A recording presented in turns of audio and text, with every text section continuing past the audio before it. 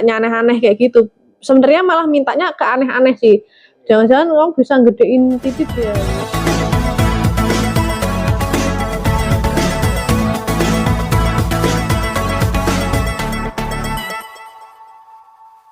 Ya, awalnya juga berguru juga ke suhu koko gitu. Awalnya juga kenapa? Agak kencengan. Oh ya, kencengan.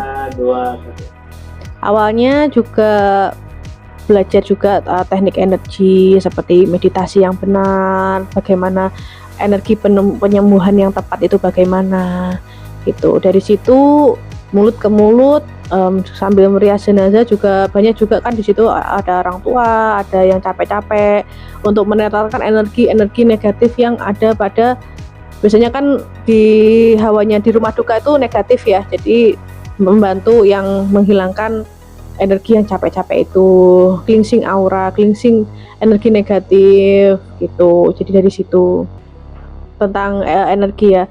Yang pertama bekerja juga sebagai perias jenazah. Juga di situ kan banyak sekali orang yang sedih ya, sedih, orang yang sedih kan energinya negatif ya gitu. Bagaimana cara menetralkan mereka agar tidak sedih lagi, juga mentransfer energi agar mereka itu lebih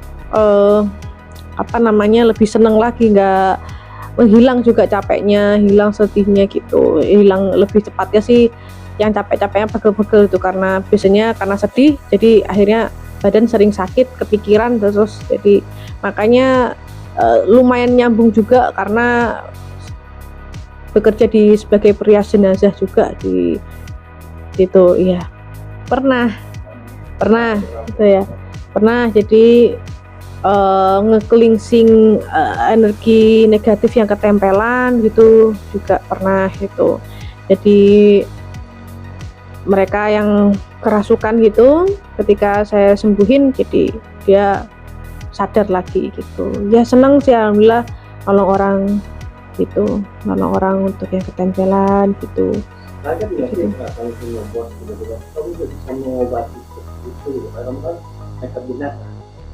Oh ya, kalau mungkin kalau bos sendiri belum tahu ya belum tahu gitu.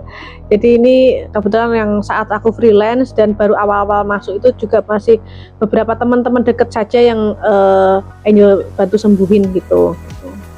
Ya nyembuhin cleansing aura yang aura negatif yang ketempelan, terus nyembuhin pegel-pegel sakit. Terus pernah tuh ada temen itu habis operasi sesar itu, jadi sum-sum tulang belakangnya itu disuntik atau diambil sum-sumnya gitu ya, kurang paham, itu udah puluhan tahun gitu. Ketika saya coba bantu dengan ya teknik energi dan juga doa ya, alhamdulillah bismillah udah sembuh gitu dengan teknik sentuhan dan transfer energi gitu. Kesulitannya sih saat semedi ya, jadi semedi itu sebenarnya membutuhkan disiplin gitu, disiplin dan juga guru yang tepat gitu. Kalau gurunya ndak benar, gurunya misalnya ngawur gitu ya, juga nggak beneran jadi gitu. Meditasi itu ya kita bagaimana kita menyerap energi dari alam gitu, terus lalu kita mentransferkan energi bagaimana kayak gitu. Kalau capeknya pasti ya gitu, makanya dilatihnya dengan meditasi yang benar gitu, atau latihan meditasi yang lama, yang panjang, dan juga untuk memperkuat daya tahan tubuh kita ya. Yang membuat kewalahan itu ketika banyak yang rias tuh rame banget, jenazah ada 5 ada 6 itu cukup rame ya, cukup rame banget. Habis itu banyak mau ada yang disembuhin gitu. Itu kalau nggak menggunakan energi yang sangat besar itu kayaknya bisa pingsan ya kalau orang biasa gitu. Ngeluarin tenaga gitu. Tidak, nggak mengganggu. Jadi saat sebelum tidur, jadi sebenarnya waktu saat-saat yang paling bagus itu saat-saat waktu kita sepertiga malam ya, saat tahajud kayak gitu-gitu. Lalu kita bermeditasi agar pikiran kita tenang, agar pikiran kita tetap sadar, tetap mawas gitu. Kita latihan meditasinya saat jadi pulang kerja gitu, kita langsung tidur.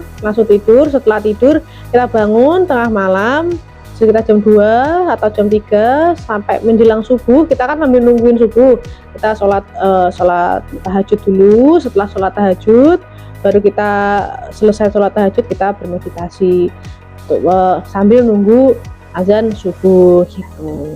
Yang ngajarin kebetulan guru saya itu Suhu Koko. Ya pertamanya awalnya saya juga jujur aja sebagai pasiennya Koko gitu. Terus saya menceritakan bahwa saya ini bekerja sebagai perias jenazah. Saya sering mendapatkan jenazah gitu. Mungkin melihat wah di sana banyak nih energi yang negatif tuh di sana, mungkin kamu bisa ini. Ya saya juga tertarik, kok bisa sih, kok ajaib waktu itu Koko menyembuhkan sini saraf saya sini sampai sekarang sembuh. Jadi saya ini senyum saya sisi sini sama sisi sini ototnya tuh beda. Jadi yang sini itu enggak maksimal gitu.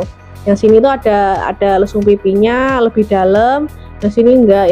Jadi ketika disembuhin Koko itu, jadi sininya benar-benar ketarik maksimal sama seperti di sini. Kalau senyum tuh sekarang udah simetris gitu. Karena ternyata ada otot yang di sini tuh pendek gitu. Terus saya bilang gitu ke Koko, oh ini ada yang di sini beku gitu. Terus sama Koko tuh dicubit gitu kenceng gitu, kayak ada bolanya gitu di dalam gitu. Jadi saya kok bisa sih gitu. Ketertariknya karena saya sembuh diobatin sama beliau.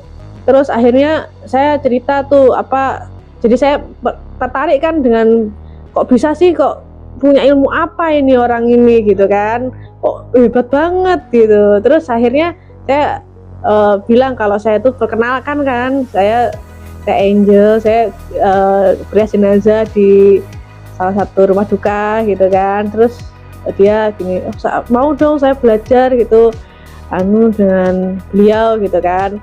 Terus beliau juga ya akhirnya banyak itu buka omongan begitu, tujuannya apa gitu ya, saya ingin menolong orang gitu, barangkali yang ada energi negatif dari keluarga saya membantu membersihkan. Kadang kan ada juga yang kesurupan seperti itu. Jadi kalau nggak ada yang guru yang benar gitu kan gimana ya, jadi ngawur gitu. Karena banyak ya guru-guru spiritualis itu kan cuma jual omongan, jual ya ada agama gitu juga kan, itu kan tidak dibenarkan gitu.